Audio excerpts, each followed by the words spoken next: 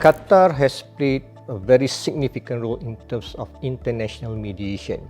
I think we have seen what Qatar has done in Palestine, which is very significant, very meaningful and very important in order to push for the ceasefire. Qatar is also one of the good destinations for Malaysian tourists to come because they have a very good tourism infrastructure, tourism services, as well it is also easily accessible by air flights.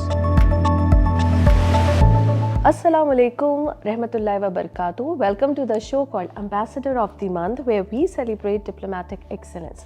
Today we are at the Embassy of Malaysia and we are honored, and it's our absolute privilege to connect with the Ambassador of Malaysia to Qatar, His Excellency Faizal Razali. Assalamu alaikum wa rahmatullahi wa barakatuh. How are you doing? Bismillahirrahmanirrahim. Assalamu alaikum warahmatullahi wabarakatuh. Thank you, Nazia. Welcome to the Embassy of Malaysia in Doha. Thank you so much, sir. Thank you so very much, Your Excellency, because we know that you just have taken over your diplomatic duties. So first and foremost, we would love to know from you, what is that best thing you experienced about Qatar? I feel very blessed to be here in Qatar, one of the most, I think, diverse as well as a vibrant city in the world, where diplomatic life as well as daily activities is very lively, very active, very dynamic.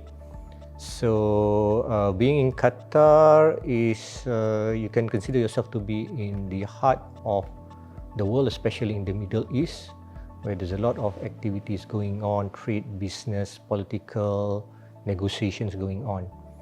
And Qatar is a very modern city, and it is a very developed. What I must say that I like to be here in Doha is, I think, the people. The people are very warm, very nice, very forthcoming, and you feel very welcome when you're here in Doha. Irrespective whether you're locals or you're foreigner or you're expat or you're a tourist, I think you'll get a very fair treatment and also warm treatment here in Doha. How do Malaysia and Qatar collaborate on the global issues like the climate change, the peace building, and of course the environmental issues? I think the fundamental issue that we usually cooperate is on the issue of Palestine as well as human rights. As you know, Palestine is currently undergoing very tremendous challenges. So both Malaysia and Qatar, which we are strictly abiding through the international rules and also laws, is pushing for the rights of the Palestinians to be respected. So in this regard, we are working very closely together, as well as with the Palestinian side, as well as with our like-minded and friendly countries, to make sure the rights of Palestinians is being addressed and being given full right in accordance with international rules and also regulation. So we work together because we believe in the principle of fairness and also justice. It is not about differentiation between ethnicity or religion, but it is about fairness, justice, upholding international rules of law. And this is what we are trying to inform, or rather educate people of the international community, that we need to abide by these principles if we want to maintain peace and stability in the world. Okay, Your Excellency, tell me, how do you see the mediation policy of Qatar in prevailing the stability? Alhamdulillah, I think Qatar has played a very significant role in terms of international mediation. I think we have seen what Qatar has done in Palestine, which is very significant, very meaningful and very important in order to push for the ceasefire between Palestine as well as the occupying forces. So Qatar has played this very significant role, ensuring that safety for the people of the Palestine, as well as to ensure that all sides cease to violence, as well as commit to dialogue, as well as discussion or negotiation in order to ensure peace and stability. So in that sense, of course, no doubt that they have played a very significant role. And we must also understand that Qatar's role is not only limited to Palestine. They are also involved with other mediation, including in Middle East, other parts of Middle East, including in Europe, although in other parts of the world. Okay, Your Excellency, tell me how two countries like Malaysia and Qatar working to promote, investment. Alhamdulillah, both Malaysia and Qatar has established a Malaysia-Qatar Joint Business Council, which is meant to foster trade and investment between the two countries.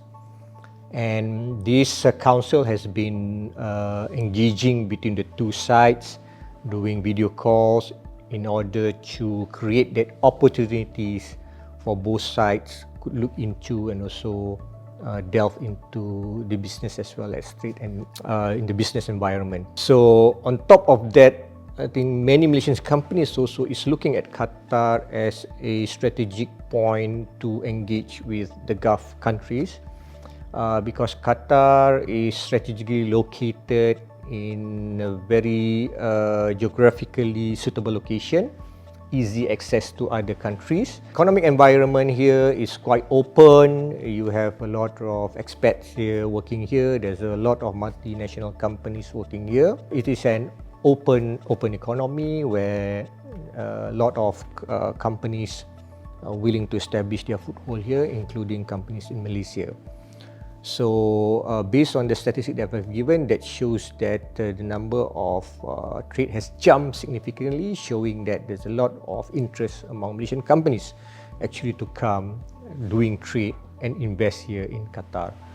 On top of that, we also do participate in several international events and also exhibitions, especially in Qatar, in order to promote trade and investment relations between the two sides. Okay, Your Excellency, we know that Malaysia is pushing its digital economy forward. So are there any collaboration in the field of technology? Yes, actually in 2024, Qatar Research, Development and Innovation Council signed an agreement or rather a memorandum of understanding with the Malaysian High Tech Industry Group, or we call it MIC, in the field of science and technology, and specifically is actually on building a roadmap for biotechnology framework between the two countries. So these are some of the areas that we are giving focus with Qatar, and both sides are very keen actually to continue to develop this area of cooperation. And if I may also mention that recently some of the agencies in Qatar has visited our atomic agencies in Malaysia actually to look into how we develop or rather regulate and also the framework of the nuclear technology in Malaysia. Okay, we know that Malaysia is a beautiful country and tourism is one of the vital industry of Malaysia. So how do you see the exchange of tourism opportunities? Alhamdulillah, I think Malaysia is quite well known here in Qatar. I think many Qataris have visited Malaysia, Alhamdulillah. And we welcome Qatar to go and visit Malaysia because Malaysia is a very suitable country for families actually. So we have a diverse culture, we have diverse food experience, and it is easily accessible by people of all levels of the society. So inshallah in 2026 we are going to host Visit Malaysia here. So we are inviting more Qataris as well as expat community in Qatar to come and visit Malaysia.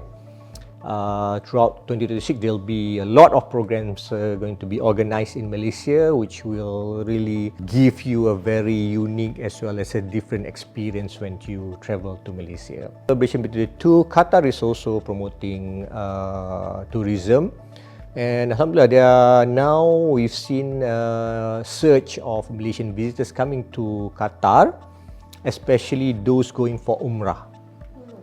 So I think now more Malaysians are coming and having a stopover in Qatar because Qatar is also one of the good destination for Malaysian tourists to come because they have a very good service, tourism infrastructure, tourism services, as well. It is also easily accessible by air flights. Your Excellency, can you also share a little, brief and insight on how to acquire the student's educational visa? For students, if they wish to study in Malaysia, I think first they have to get the offer letter from the university concerned, and once they get the offer letter, the university will make the process to get what we call the visa with reference, which is actually a calling visa.